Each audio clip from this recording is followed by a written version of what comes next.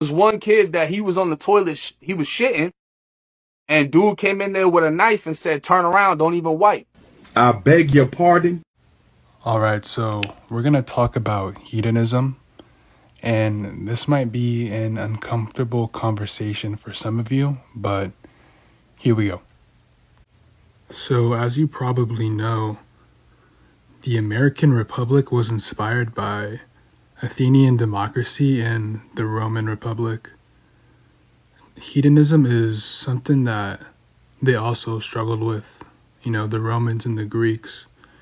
And it's why Stoicism and virtue were really common topics that were written about by ancient writers, like Plato, Marcus Aurelius, Cicero, Cato.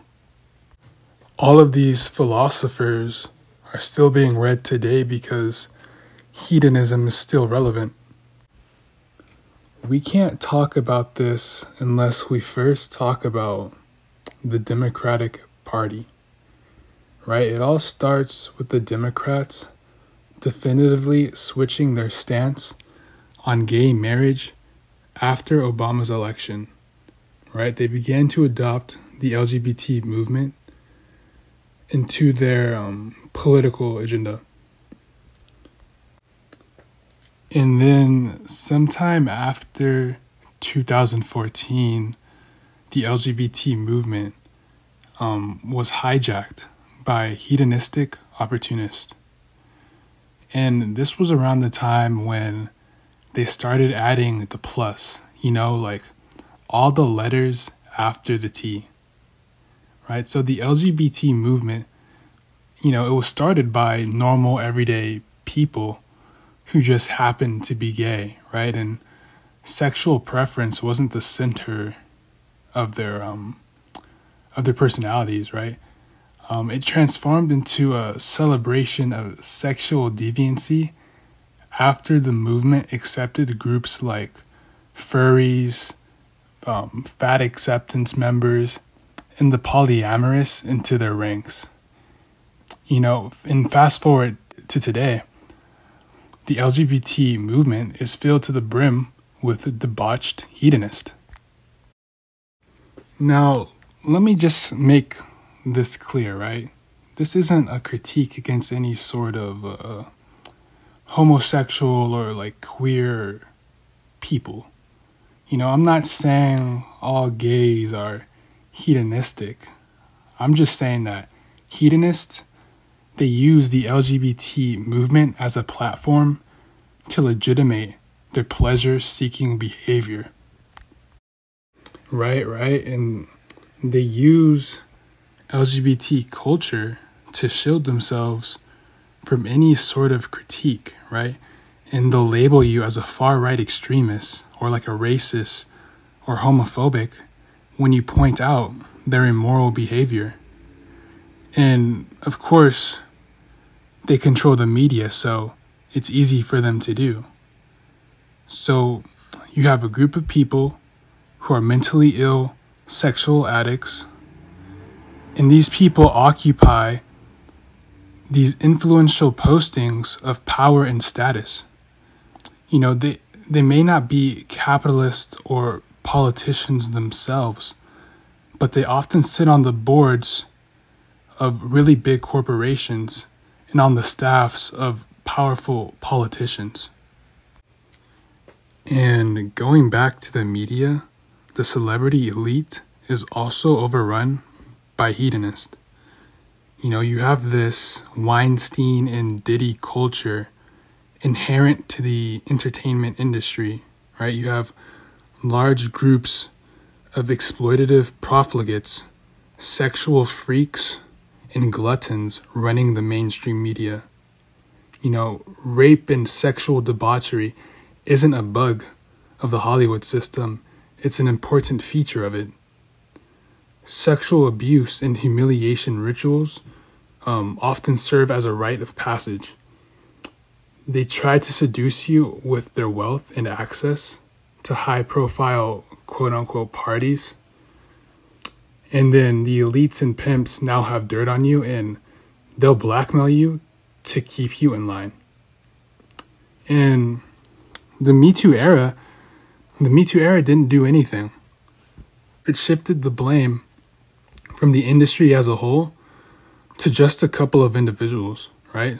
So some fall guys, right? Basically, Epstein, Weinstein, and Diddy are taking all of the heat for hundreds of other wealthy abusers.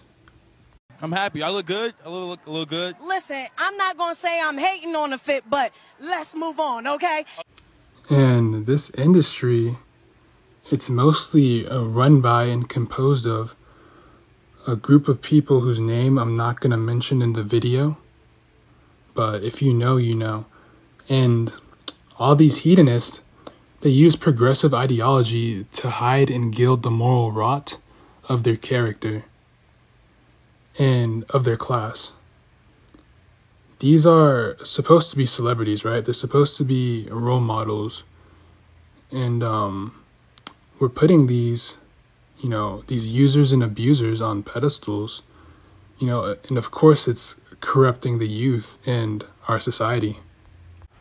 Well, a lot of people might say, why should I be mad about it? They're just having fun, and, I guess that's a good question, right? Like, people will often justify their twisted behavior with the phrase, as long as it doesn't hurt anyone and it makes you happy.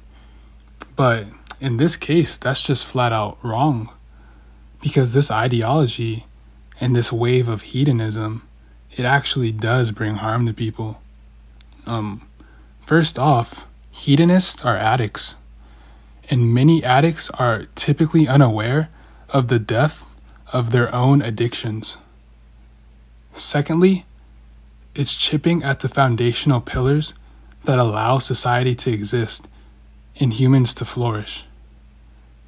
And by foundational pillars, I'm referring to the truth and virtue. All of this hedonism, it comes from the New Age, everything is subjective, postmodernist crowd. And, postmodernism, by the way, was a philosophical movement started and led by hedonists and sexual perverts. And most hedonists don't have values beyond their own particular opinions and preferences, which is usually based on their own addiction. And let me tell you this, if the truth is subjective, then there is no truth, right? Because first off, you're making a categorical error to say that the truth is subjective, right? That's like saying squares are circles. You basically just have your definitions and concepts mixed up and not properly defined. But to get to the point, humans, we require something outside of ourselves, something that is objective to ground our knowledge and beliefs on. And by objective, I mean that which is eternal, timeless, and spaceless. And we need this objectivity in order to ground our philosophical, spiritual, ethical, and political thought. And it's not that subjectivity and preference don't exist. It's just that objective truth is far more beneficial for us to build on and interact with than subjectivity is. Right? Like, just think about it for a bit. If the truth was actually subjective, then there would be no such thing as facts or knowledge, and we would have no common grounding to make laws. And day-to-day life, it would just be like the purge.